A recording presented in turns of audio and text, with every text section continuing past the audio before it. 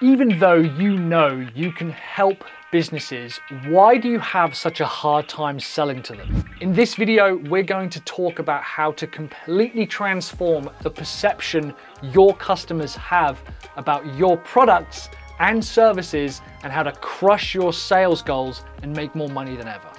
I know that sounds like a lot to cover. It's actually a very specific and simple change we need to make. It's about how you think about your products and how your customers think about your products. The reason your sales are ineffective is because you're positioning them without context. Everyone knows that content is king, just like cash is king and Bruce is the boss. But what really makes content powerful is context. Your sales aren't failing because your product sucks. They're failing because you're not providing enough context to your customers about why they should buy. In this video, I'm going to provide you with the 3 pillars that you need to completely rewrite your product benefits, sell a desirable future to your customers, and change their lives for the better. I want you to close your eyes and imagine your dream holiday destination. Forget reality or practicality. If I could take you somewhere, anywhere in the world right now, and you know you'd have a great time, where would it be? Picture it vividly in your mind. Maybe it's a beach with clean, pure white sands and crystal azure water gently lapping at your feet while you're on a sun lounger, having tasty, exotic drinks brought to you by somebody else. Maybe you're high up in the Appalachian Trail, hiking 20 miles a day, connecting with people all over the world, impossibly tall trees shading you from a hot sun while a cool wind breezes past you, carrying the scent of pine and fresh earth. Whatever your dream destination is, how much easier was it to think about it while I was using descriptive, imaginative language? That is what is missing from your sales process. If I could give you 2 words that will accelerate your sales success, they would be imagine and feel. I believe that no matter what product or service you're selling, the customer needs to imagine a happier, nicer life after working with you. Even most standardized products and services such as accounting and bookkeeping and admin services could yield results such as taking a break or going on your dream vacation and experiencing that very scene that we imagined earlier. Buying anything is an emotional decision. There is literally no such thing as a logical purchase. You might be very good at justifying the purchase after you've made the decision to buy, but the decision itself is always emotional. And here's the funny thing about the brain. Your brain is unable to distinguish between what is an imagined reality and what is actual reality. That's an important survival technique from millions of years ago, where we would imagine being eaten by a lion in order to prevent actually being eaten by a lion. Fear, just like every other emotion, is created in the mind. So when we go on descriptive story-based imaginations, our brain is unable to distinguish between what is imagination and what is actually happening. So when your sales process talks through the potential future life which they are imagining, your customers will connect to your product. They connect to it because they feel it. Pretend that we can skip forward in time and show your customers the happier, easier life that they're experiencing having worked with you. What their life can actually be like, a Christmas Carol sort of Ebenezer Scrooge style. The emotions that they feel during that actual experience can be replicated purely through imagination before they've experienced it in the sales process. And those feelings and emotions are what will compel them to make the purchase. A customer who can clearly imagine their life being better after working with you will experience the exact same emotions that a customer who has actually worked with you and actually had their life made better will feel. You need to get better at helping the customer imagine a better life after working with you and help them feel just how good that will be.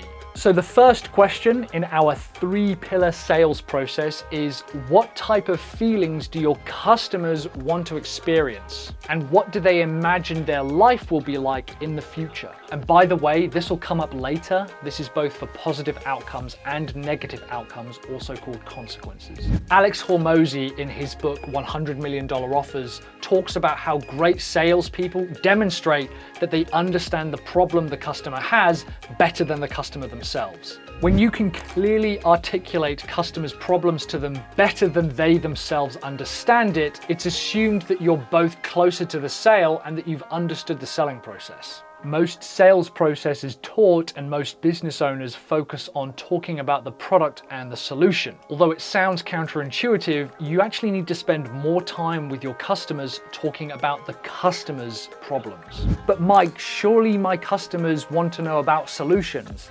They already know what their problems are. They don't want to go over those again. And that's where you're dead wrong. During your sales process, during both qualification and the sale, as well as the close later on, you need to dig into the customer's problems, uncover their biggest problems and why they feel that it is a problem. Of course, your customers are aware of their problems, but they're only aware of the problems which are important to them, and this is a really important distinction to make.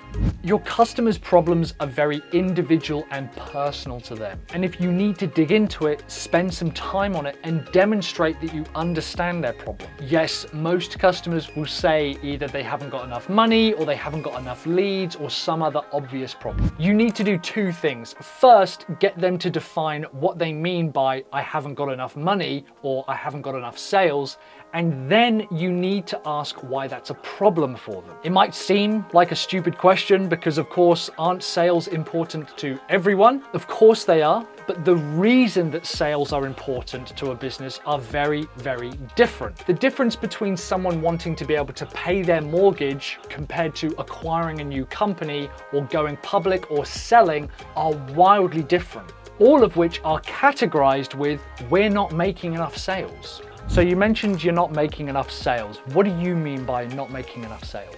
Well, I mean, we don't have enough clients buying from us. I mean, revenue is pretty stable, but it doesn't seem to be going anywhere. Okay, and what's the impact that's had on the business? We haven't been able to give our team any raises recently, and competition is taking our customers from us. We're also noticing that because customers are moving to our competitors, we're unable to invest in training, and it's becoming a bit of a downward spiral. Wow, that sounds pretty serious. Tell me what you mean by downward spiral. Can you see how if we keep unpacking the customer's problems and understanding why it's impacting them and how it's important, that we're focusing on the problem and getting to the root of the reason why they would buy from you?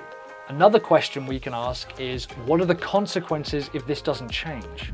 If we don't get out of this downward spiral, what do you think is likely to happen? It means we'll have to take some pretty drastic actions to stay profitable or even afloat, maybe even downsizing and losing some team members. And how does that impact you personally? Like, I feel I would be failing my family, failing my team, and failing my customers. We're selling the problem. We're digging into it, just like we sold potential futures by getting them to imagine a perfect dream holiday.